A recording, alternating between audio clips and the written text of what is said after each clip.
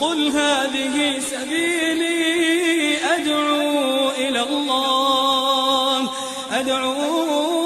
الله على بصيرة أنا ومن اتبعني وسبحان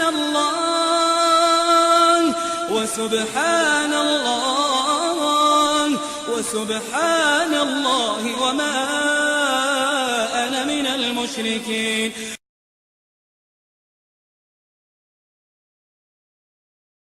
سيئات أعمالنا من يهده الله فلا مضل له ومن يضلله فلا هادي له.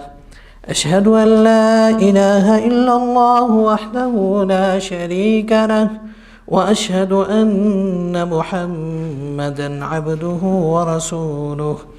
اللهم صل على محمد وعلى آل محمد كما صليت على إبراهيم وعلى آل إبراهيم إنك حميد مجيد.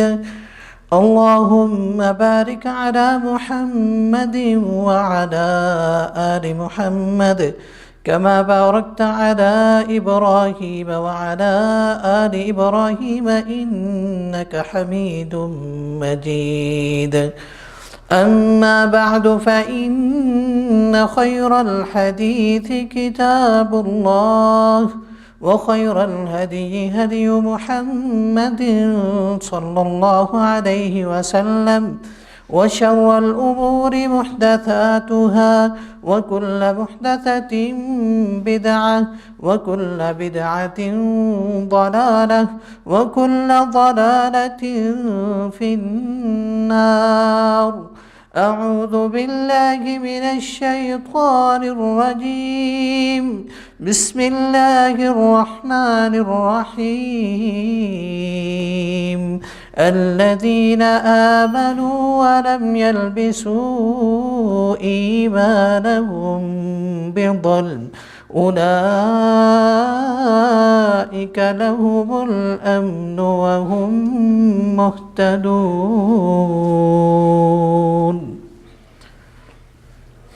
سامعین محترم، پچھلے 3 جمعوں سے ہم آخرت کے متعلق مسائل میں سے ایک مسئلہ جو کہ میزان کا ہے، ترازو کا ہے، اس کو سن رہے تھے. یہ جو میزان ہے، یہ جو ترازو ہے، جو عدل والا، انصاف والا ترازو ہے، جس نے کل کو قائم ہونا ہے، اور اس میں ہر ایک کو پورا انصاف ملے گا، وہاں پہ ظلم نہیں ہوگا. تو اس ترازو میں انسان کی نیکیاں اور انسان کی برائیاں تولی جائیں گی. انسان کی نیکیاں اور برائیاں، ان کا وزن ہوگا. اگر انسان ایک نیکی کرتا ہے تو اس کو ایک کی جگہ 10 ملیں گی، 10 سے بھی بڑھا کے 700 گنا تک مل سکتی ہے. اور اگر کوئی انسان ایک برائی کرتا ہے تو اس کو ایک ہی برائی ملے گی، ایک ہی برائی اس کی لکھی جائے گی. اور جو انسان نیکیاں کرتا ہے، ساری کی ساری جو نیکیاں ہیں، ان کا ترازو کے اندر وزن نہیں ہوتا. ترازو کے اندر صرف اس نیکی کا وزن ہوتا ہے جو اللہ کے ہاں قابل قبول ہے، جو شرف قبولیت کو پہنچ جاتی ہے. اس نیکی کا جو ہے ترازو کے اندر وزن ہوتا ہے. ہر نیکی جو قبول ہوتی ہے اس میں 2 شرطیں پائی جانا ضروری ہے. ایک تو یہ ہے کہ انسان اللہ کو خوش کرنے کے لیے نیکی کرے، اللہ کی رضا حاصل کرنے کے لیے نیکی کرے، ریاکاری نہیں ہونی چاہیے. اور دوسری شرط یہ ہے کہ رسول اللہ صلی اللہ علیہ وسلم کی تابعداری کے مطابق آپ کی اتباع کرتے ہوئے نیکی کرے، جیسے آپ نے نیکی کرنے کا کہا ہے ویسے نیکی کرے. اور تیسری چیز کہ بس اوقات انسان نیکیاں کرتا ہے، اس کی نیکی قبول بھی ہو جاتی ہے، لیکن ہوتا یوں ہے کہ انسان نیکی کرتا ہے، وہ قبول بھی ہوتی ہے، لیکن اس کی نیکیاں جو ہے کل کو کوئی اور لے جائے گا۔ اس کی وجہ پچھلی جمعے میں نے بیان کر دی تھی۔ آج ترازو کے متعلق ایک بہت اہم اور بہت عظیم مسئلہ بیان کرنا چاہتا ہوں۔ وہ یہ ہے کہ ترازو کے اندر، میزان کے اندر سب سے زیادہ وزن کس نیکی کا ہوگا؟ وہ کون سی نیکی ہے، وہ کون سی اچھائی ہے جو اتنی بڑی ہے، جو اتنی بھاری ہے کہ اس کا وزن اتنا زیادہ ہوگا، اس کا میزان اس قدر بھاری ہوگا کہ وہ ایک نیکی ایسی نیکی ہے کہ انسان اگر وہ کر کے چلا جائے، انسان اس نیکی کے اوپر فوت ہو جائے، تو وہ اکیلی نیکی جو ہے انسان کے سارے گناہوں کے اوپر جو ہے وہ بھاری ہو جاتی ہے۔ حدیث میں آتا ہے، رسول اللہ صلی اللہ علیہ وسلم نے فرمایا، الایمان بضع وسبعون شعبہ فافضلها قول لا الہ الا اللہ وادناها اماتۃ العزاء عن الطریق والحیاء شعبۃ من الایمان۔ وہ نیکی جو سب سے افضل ہے، جو بہت بڑی نیکی ہے، وہ نیکی اللہ کی توحید ہے، اللہ کی وحدانیت ہے۔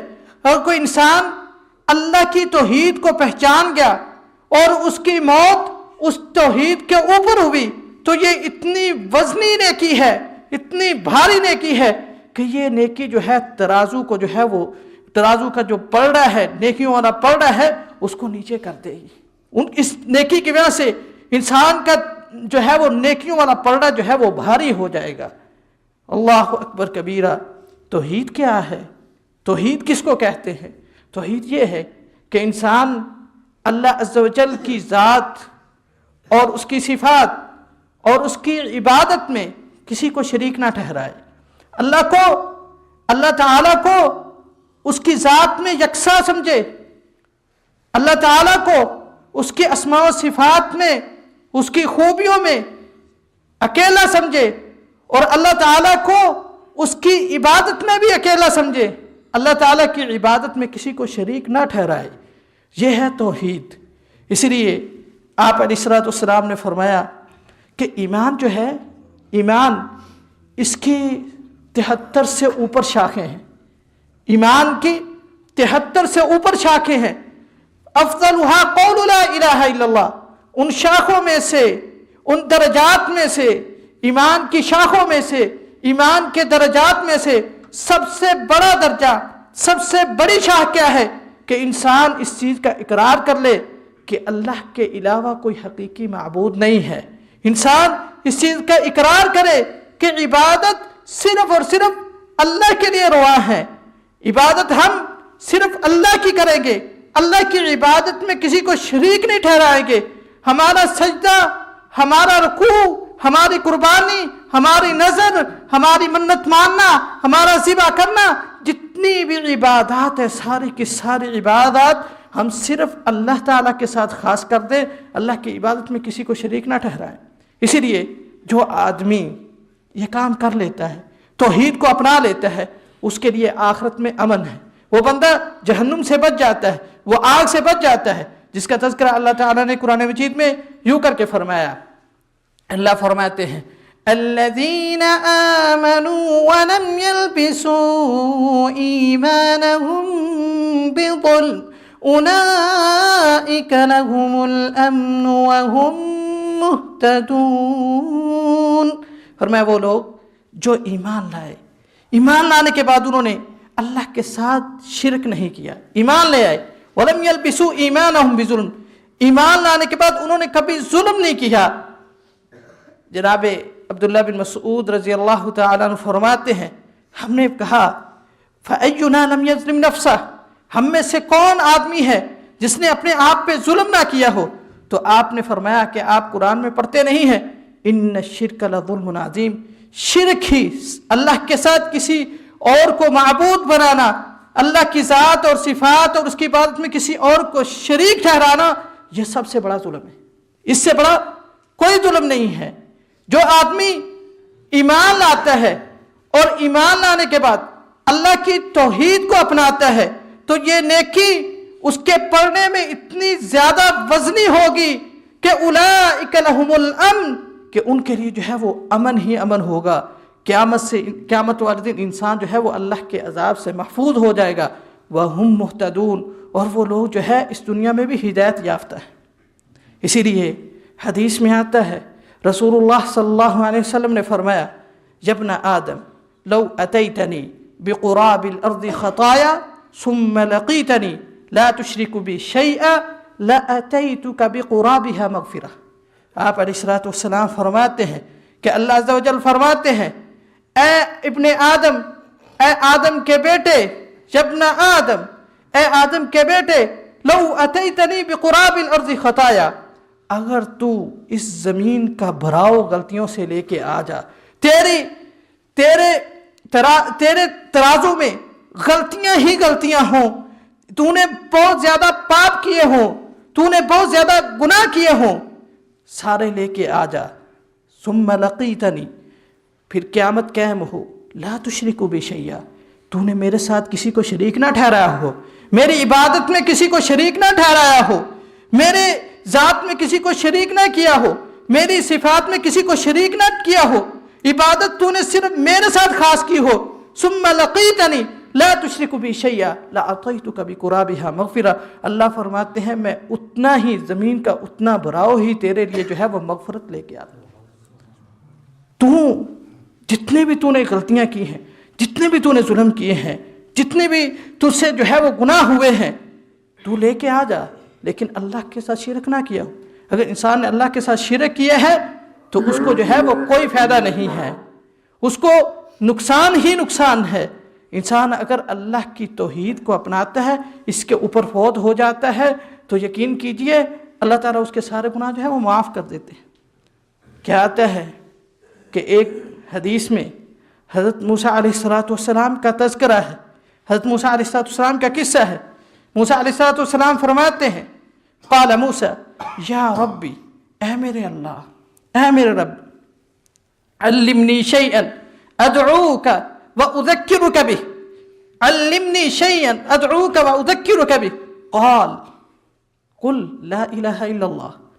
قال موسیٰ یا رب کل عبادک یقولون، کل عبادک یقولون۔ قال یا موسیٰ لو ان السماوات السبع وعامرهن غیری والارضین السبع فی کفۃ ولا الہ الا اللہ فی کفۃ مالت بہن لا الہ الا اللہ۔ حدیث میں آتا ہے حضرت موسیٰ علیہ السلام فرماتے ہیں کہ اے اللہ مجھے کوئی دعا سکھائیے، مجھے کوئی ذکر بتائیے، میں وہ دعا پڑھتا رہوں، میں وہ ذکر کرتا رہوں، میں ہمیشہ تیرا ذکر کروں، میں ہمیشہ تیرے لیے تیری دعا جو ہے وہ تیرے سامنے دعا کروں۔ وہ مجھے ذکر بتائیے، وہ ایسا ذکر ہونا چاہیے جو میں اکیلا کروں، کوئی اور اس ذکر کو نہ کرتا ہو۔